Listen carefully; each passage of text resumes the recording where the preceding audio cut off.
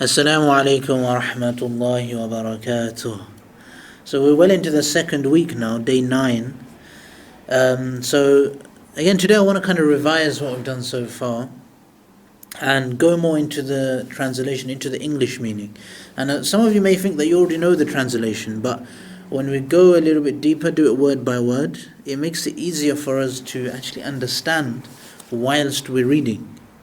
So just by reading the Arabic, we'll know exactly what we've said. So again, just bringing attention to the letters, and we'll go through it, and we'll try and figure out what each of the words actually mean as well, inshallah. أعوذ بالله من الشيطان الرجيم.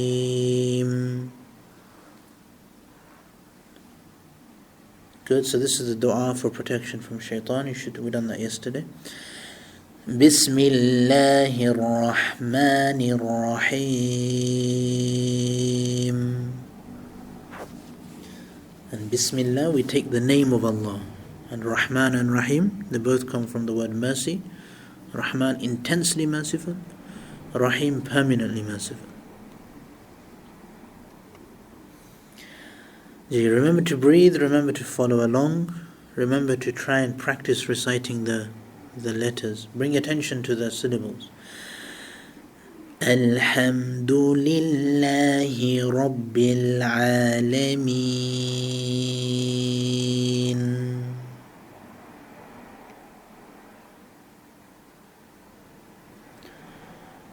Good, so the first word, Alhamdu. The Al is usually translated as the. The al is used to make something specific. And here, however, here the al is used to mean all. So alhamdu, hamd means praise and thanks. Alhamdu, all praise and thanks. So notice the al is separate from the hamd. Al, all. Hamdu, praise and thanks. So all praise and thanks. Lillahi. So the li is again a separate particle. This means for. Li means for. And then after that, Lillahi is the name of Allah. So all praise and thanks is for Allah. Alhamdulillahi. Good. Then the third word we come on to, technically the fifth word, Rabbil. Rabbil. And just to make this a bit simple for you, what's happened here is Alhamdulillahi. This is kind of the first part of the sentence. Then Rabbil Alameen, Ar-Rahmanir Rahim, and Maliki Yawmiddin. These are three descriptions of Allah. This is how Allah introduces Himself.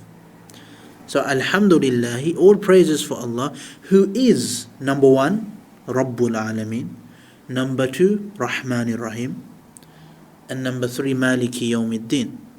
So these are three descriptions of Allah. We're going to learn something about Allah here. So the first thing, all praises for Allah, who is Rabbil Alameen. Rabb, the Lord, the caretaker. So the look after of all the worlds. So everything that's going on, Allah is looking after it. Allah is maintaining it. Allah created it, and it's all in His control. So it's important to keep that in mind here. And this is the first way which Allah introduced Himself. Then Allah speaks about the second quality, which is Ar-Rahman Ar-Rahim. We've already done this one, haven't we? So we spoke about these two words at the beginning of at the end of Bismillah. So Bismillahir Rahmanir Rahim. So Ar-Rahman, intensely merciful. Ar-Rahim, permanently merciful. Ar-Rahmanir Rahim. Good. So all praises for Allah, the Lord of the worlds, the intensely and permanently merciful.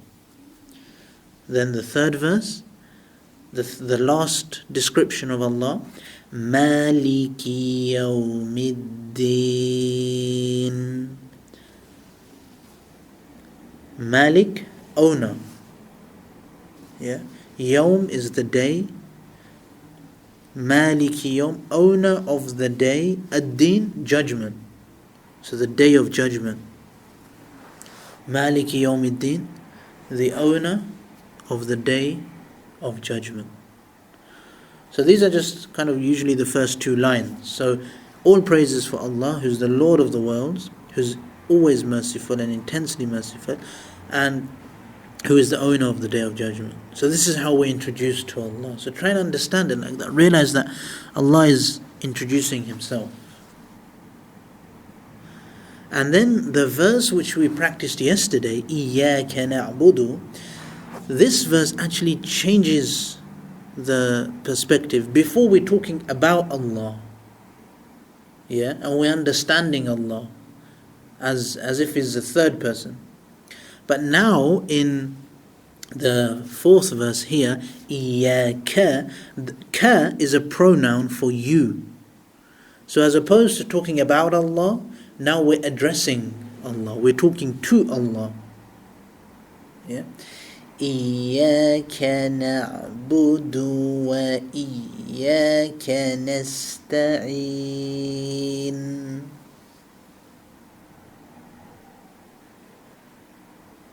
Good. Remember to practice, man. Be open and always be practicing. It's good for you.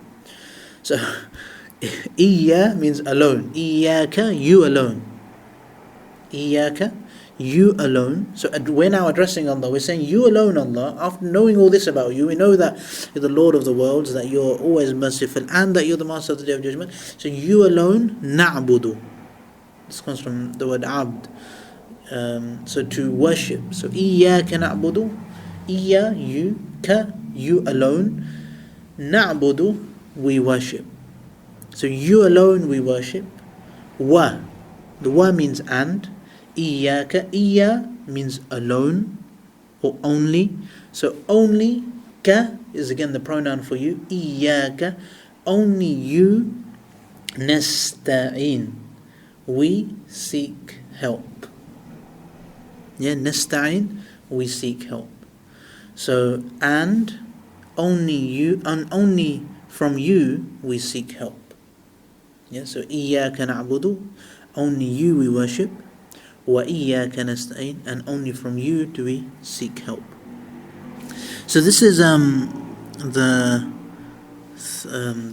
translation, the English, and word to word. So we know what's going on with all of the words. This is really, really useful to help, again, enhance the quality of our prayer in another way, in another dimension.